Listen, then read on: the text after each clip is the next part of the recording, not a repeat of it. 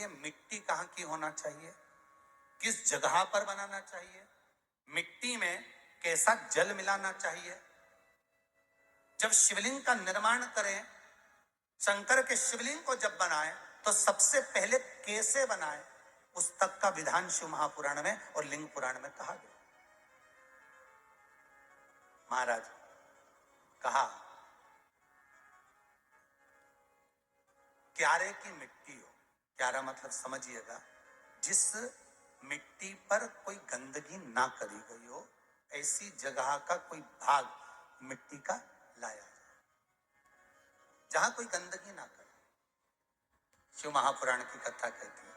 देखो, पिछले वर्ष के लॉकडाउन से लेकर अभी तक की जो कथाएं आप लोग सुने हैं, उसमें शिवलिंग मट्टी का किस तरह से बनाया जाए और कैसी मट्टी हो और उसमें पानी कैसा मिलाया जाए, कैसा शिवलिंग तैयार करा जाए, उसका विधान वर्णन नहीं कर पाए, परंतु आज कथा निकली है तो उसको सुनिए। क्यारे की मिट्टी, क्यारे की मिट्टी मतलब जिस मिट्टी पर कोई गंदगी ना करी गई हो, ऐसी जगह की मिट्टी को लेकर जाए और मिट्टी को लाने के बाद थोड़ा पानी का सींचन कर दें, अर्थात घर में लाएं तो उससे पहले मिट्टी को पवित्र करें। अपने घर में गंगा जल रखा हो, यमुना जल रखा हो, सरयू जी का जल रखा हो, उससे मिट्टी का सींचन कर दें। मान लो अगर ये जल नहीं भी है तो जल के अंदर थोड़ा सा इत्र डालकर मिट्टी का सींचन करें। अगर इत्र भी नहीं है तो जल के अंदर थोड़ा सा दूध डालकर मिट्टी का सींचन करें। दूध भी नहीं है तो एक बेलपत्री जल के अंदर डालकर उस पानी का सींचन। बेलपत्र भी नहीं है, पीपल का पत्ता डालकर उसका सींचन कर दे। पर मिट्टी पर घर में लाते से ही, ये नहीं कि मिट्टी आज लाए और तुमको शिवलिंग कल बनाना है, तो मिट्टी अगर एक दिन पहले लाए हो, 2 दिन पहले लाए हो, 4 दिन पहले लाए हो, तो उसी दिन जल का सींचन होना चाहिए। ये नहीं कि जिस दिन बनाएंगे उस दिन सींचन होगा। मिट्टी पर पानी का छींटा, सींचन भले ज्यादा मत डालो, पर छींटा तो उस दिन लगा देना चाहिए जिस दिन घर में मिट्टी लेकर आए हो, जिस दिन लेकर। फिर भले तुम शिवलिंग 15 दिन बाद बनाओ, 8 दिन बाद बनाओ, 10 दिन बाद बनाओ, 3 दिन बाद बनाओ, पर उस समय पर मिट्टी का सींचन उस समय हो जाना चाहिए।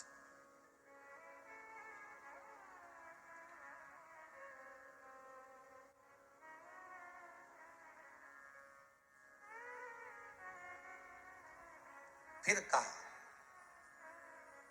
जिस दिन शिवलिंग का निर्माण करो, उस दिन प्रातः में अगर आप शिवलिंग बना रहे हैं तो ब्रह्म मुहूर्त में मिट्टी को गला दो।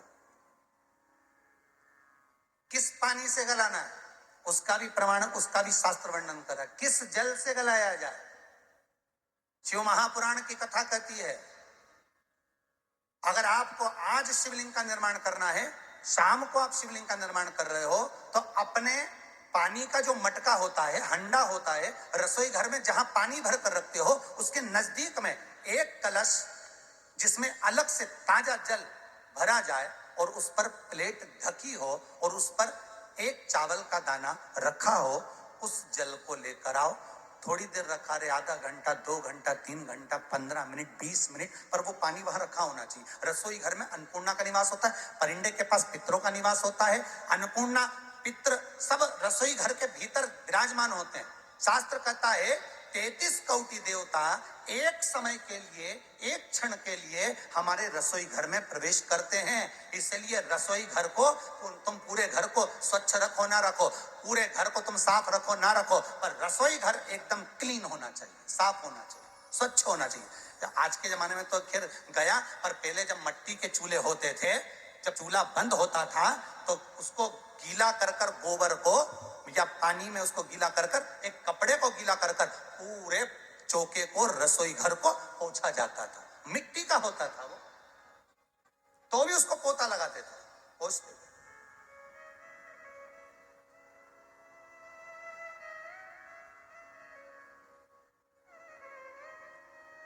तो पहला क्रम है पार्थिव शिवलिंग का निर्माण। सावन के महीने में अगर आप शिवलिंग बनाते हैं, सोमवार को शिवलिंग बनाते हैं, तो नियम ध्यान रखिएगा महाराज, लिंग पुराण से है ये, इसका नियम ध्यान रखिए। क्या करना है, मिट्टी को लाना है, जल का छींटा देना, छींटा जरूर देना, घर में लेकर आए और जल का छींटा होना जरूरी है।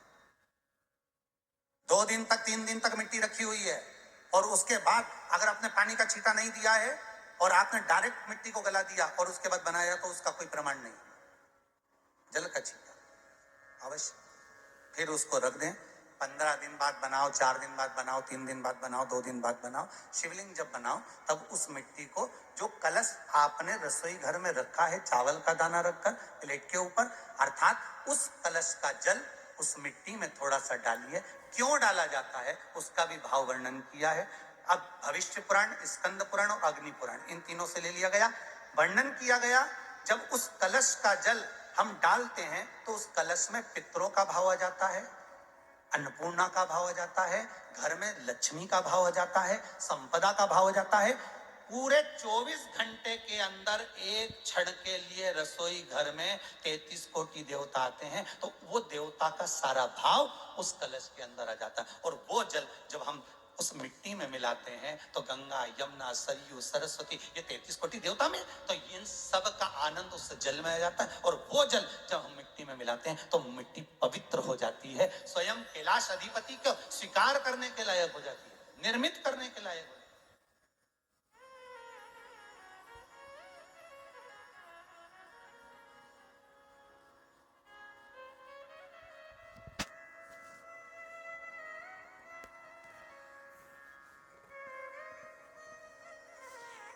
शिवलिंग का निर्माण।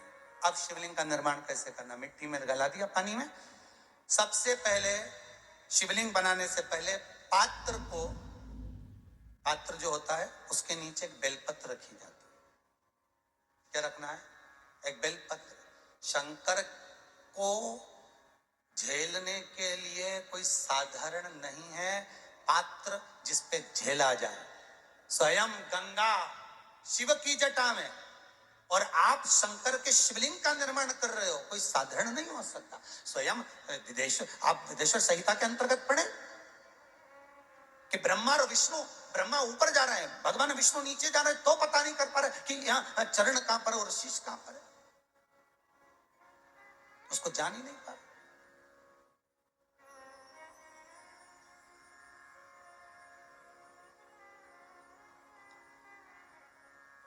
बस एक बेलपत्र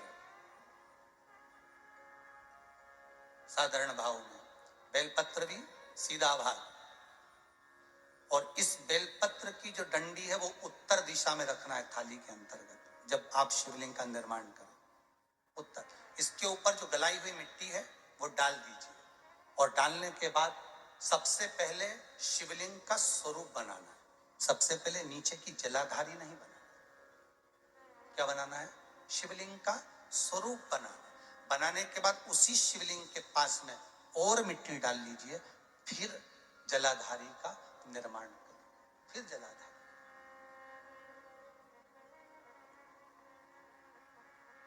शिवलिंग जलाधारी निर्मित हो गई। शंकर जी का संपूर्ण परिवार शिवलिंग में रहता है, आपको पहले भी कहा। भगवान भूत अधिपति भूतेश्वर भगवान शिव का संपूर्ण परिवार शिवलिंग में, पहले भी कथा में कहा, आज फिर आपको वर्णन कर देते हैं। जैसे ये जलाधारी है गोल, ये चरण है, ये शिवलिंग है। ये जो गोल भाग है जहां पर भगवान शंकर का शिवलिंग रखा है, ये पार्वती जी का हस्त कमल है। जहां से पानी नीचे गिर रहा है, इसके राइट भाग में श्री गणेश जी का स्थान, लेफ्ट भाग में श्री कार्तिकेय जी का स्थान। बीच में जो एक मोटी सी लाइन होती है जलाधारी में, वो पार्वती जी के सुंदर पुत्री अशोक सुंदरी का स्थान।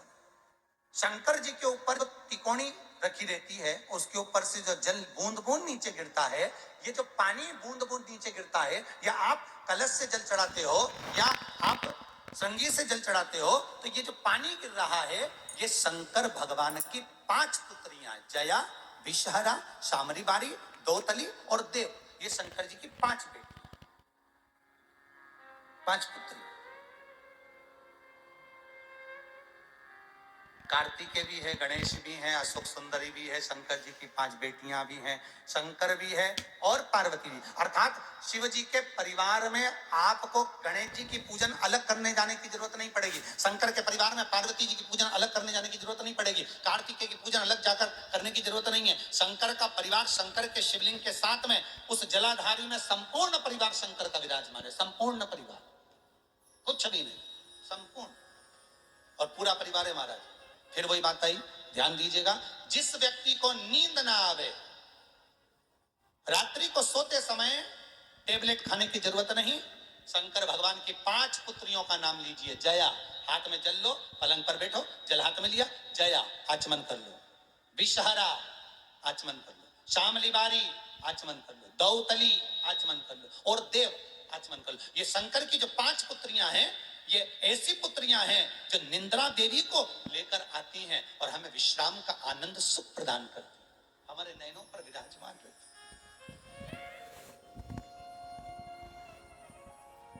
हाँ, यदि विवाह नहीं हो रहा, शादी नहीं हो रही है, बहुत समय से लगन देख रहे हो, शादी नहीं हो रही, बहुत समय से परेशान हो गए कि विवाह ही नहीं हो रहा, हम तो टेंशन में पड़ गए, लड़की 28 साल 30 साल का लड़का हो गया, विवाह नहीं हो रहा, कुछ मत करो।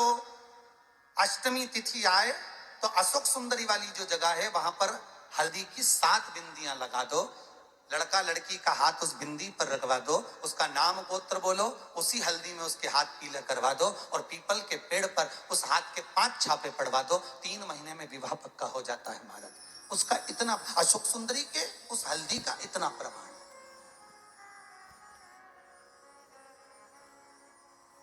3 माह के अंतर्गत विवाह नक्की हो जाता, इतना इतना प्रमाण है महाराज। भगवान शिव की आराधना का कोई साधारण फल है महाराज। निर्मित करा शिवलिंग। एक बार सब जितने भी टीवी पर बैठे हैं, सम्मुख में कथा सुन रहे हैं, फेसबुक यूट्यूब पर सुन रहे हैं, एक बार साथ में समझें वापिस निर्माण को, शिवलिंग के निर्माण को। मिट्टी लाए, स्वच्छ जगह की, जल का छींटा दिया, रखा। जब शिवलिंग बनाया तो 1 कलश पानी पहले से 2 घंटा, आधा घंटा, 15 मिनट, 20 मिनट पहले उसको रख दिया, उसी पानी से उसको गीला करा।